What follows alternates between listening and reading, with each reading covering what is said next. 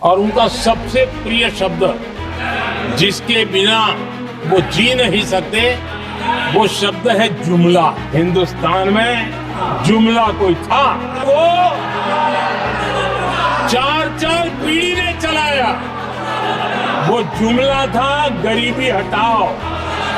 ये ऐसा जुमला था, ये गरीबी हटाओ ऐसा जुमला था। उनकी राजनीति की रोटी तो सकती थी लेकिन गरीब का हाल ठीक नहीं होता था। देश में एक लंबे वक्त तक कांग्रेस गरीबी हटाओ के नारे के साथ चुनावों में उतरती रही। प्रधानमंत्री नरेंद्र मोदी ने इसी नारे को लेकर कांग्रेस को कटघरे में खड़ा किया। पीएम मोदी ने लोकसभा में संविधान पर चर्चा के दौरान कहा कि गरीबी हटाओ सबसे बड़ा जुमला है। साथ ही उन्होंने आरोप लगाया कि इस नारे के जरिए कांग्रेस ने अपनी राजनीतिक रोटियां सेकीं, लेकिन गरीबों को कोई फायदा नहीं हुआ।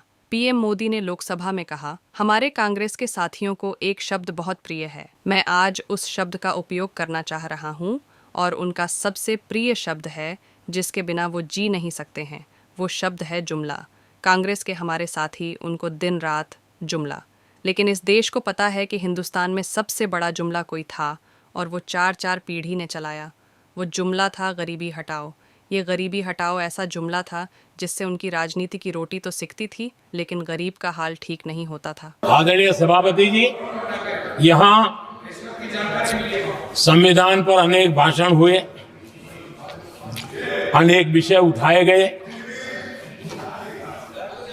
हर एक की अपनी मजबूरियां होगी, राजनीति कुछ न कुछ करने के लिए कुछ करते होंगे।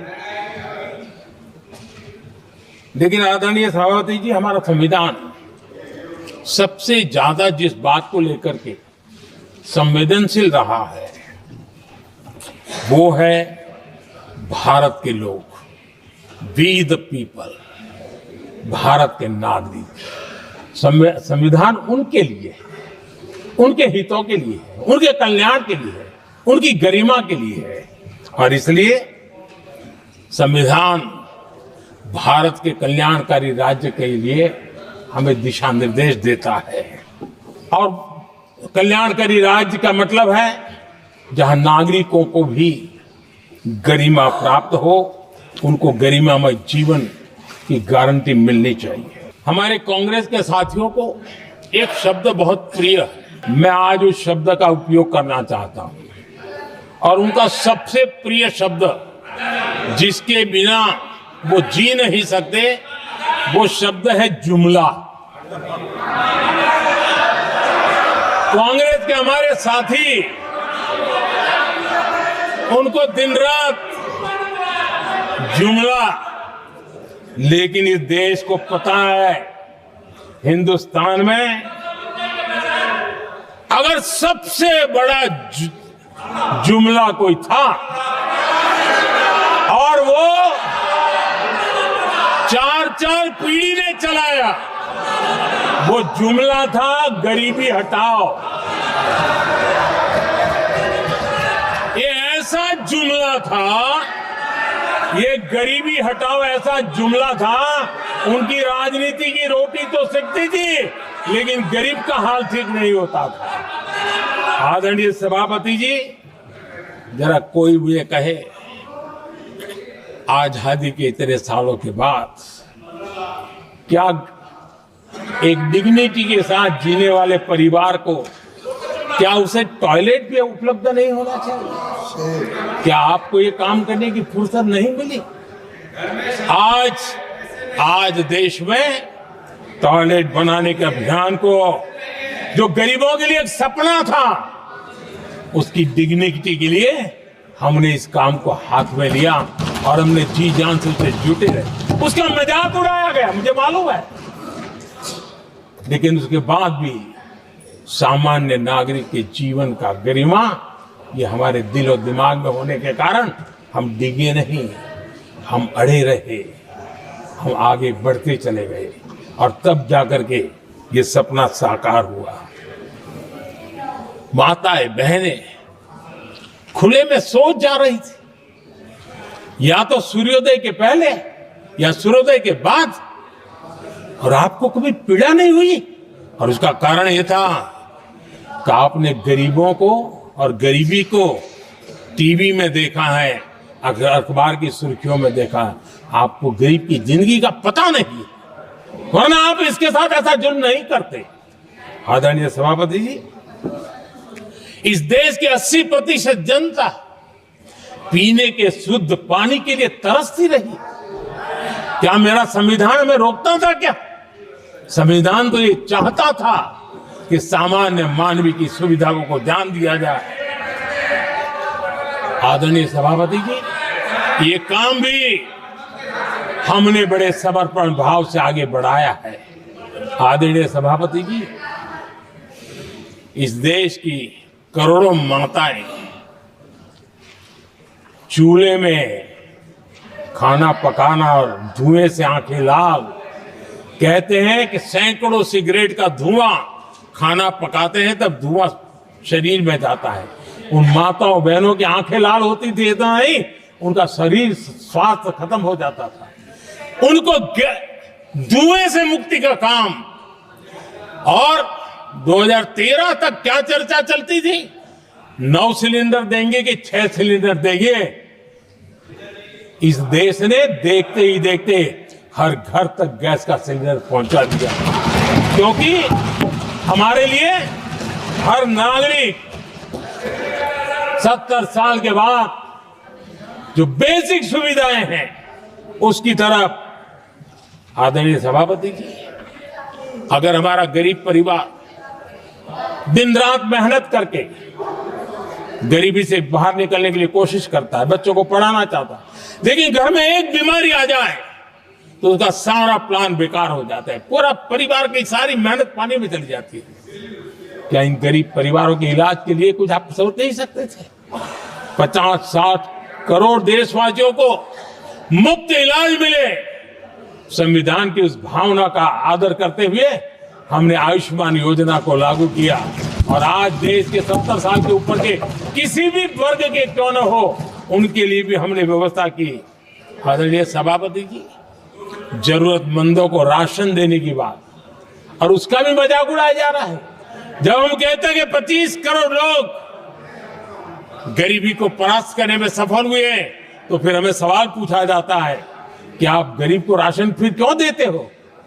आदरणीय सभापति जी, जो गरीबी से निकल के आया है, उसे पता होता है कि अस्पताल में भी एक पेशेंट स्वस्थ होने के बाद जब छुट्टी देते हैं ना, तो डॉक्टर भी कहता है कि आप घर जाइए, तबीयत ठीक है, ऑपरेशन अच्छा हुआ है, लेकिन महीने पर ये जरा संभालना, ये मत करना, क्योंकि पेशेंट दोबारा तकलीफ में ना आए, गरीब दोबारा गरीब न बने, इसलिए उसका हैंड होल्डिंग जरूरी है। और इसलिए हम मुफ्त राशन दे रहे हैं। उसकी मजाक मत उड़ाओ, क्योंकि हमें गरीबी से जो बाहर निकला है उसको दोबारा गरीबी में जाने नहीं देना है, और जो अभी भी गरीबी में है उसे हमें गरीबी से बाहर लाना है। आदरणीय सभापति जी, हमारे देश में गरीबों का नाम पर जो जुमले चले, उसी गरीबों के नाम पर बैंकों का राष्ट्रीयकरण किया गया गरीबों के नाम पर। लेकिन 2014 तक इस देश के 50 करोड़ नागरिक ऐसे थे जिन्होंने बैंक का दरवाजा तक नहीं देखा था। आदरणीय सभापति जी, गरीब को बैंक में प्रवेश तक नहीं था, ये पाप आपने किया, और आज 50 करोड़ गरीबों के बैंक खाते खोल करके हमने बैंक के दरवाजे गरीबों के लिए खोल दिए। इतना ही नहीं, ये एक प्रधानमंत्री कहते थे कि दिल्ली से 1 रुपया निकलता है तो 15 पैसा पहुंचता है, लेकिन उपाय उनको आता नहीं था। उपाय हमने दिखाया। आज दिल्ली से 1 रुपया निकलता है, 100 के 100 पैसे गरीब के खाते में जमा होते हैं। क्यों? हमने बैंक का सही इस्तेमाल क्या करना, बैंक का सही उपयोग क्या करना। माननीय सदस्य मोबाइल नहीं देखें। आदरणीय सभापति जी, बिना गारंटी के ऋण देश के अंदर जिन लोगों को बैंक के दरवाजे तक जाने की इजाजत नहीं थी, आज स्थापित सरकार का संविधान के प्रति जो समर्पण है ना, आज बिना गारंटी वो बैंक से लोन ले सकता है। ये ताकत हमने गरीब को दी है। आदरणीय सभापति जी, गरीबी हटाओ का जुमला इसी के कारण जुमला बनकर के रह गया। गरीब को इस मुश्किल से मुक्ति मिले, ये हमारा बहुत बड़ा मिशन है और ये हमारा संकल्प है और हम इसके लिए दिन रात एक कर रहे हैं। जिनको कोई नहीं पूछता, इनको मोदी पूजता है। आदरणीय सभापति जी, दिव्यांगजन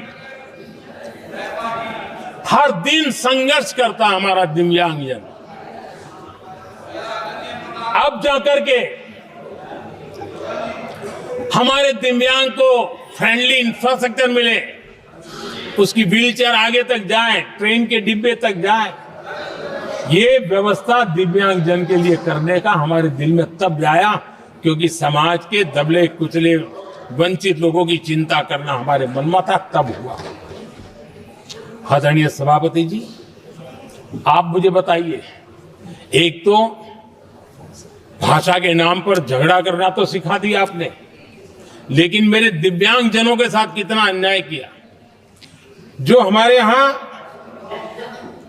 साइनेज लैंग्वेज जो है, साइन लैंग्वेज की जो व्यवस्था है, खास करके मूक बधिर के लिए, अब दुर्भाग्य ऐसा देश का कि असम में जो भाषा सिखाई जाए, उत्तर प्रदेश में दूसरी सिखाई जाए, उत्तर प्रदेश में सिखाई जाए, महाराष्ट्र में तीसरी सिखाई जाए। हमारे दिव्यांगजनों के लिए एक साइन लैंग्वेज का होना बहुत जरूरी था।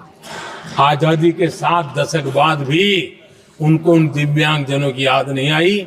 एक कॉमन साइन लैंग्वेज बनाने का काम हमने किया, जो आज देश के मेरे सभी दिव्यांग भाई बहनों के लिए काम आ रही है।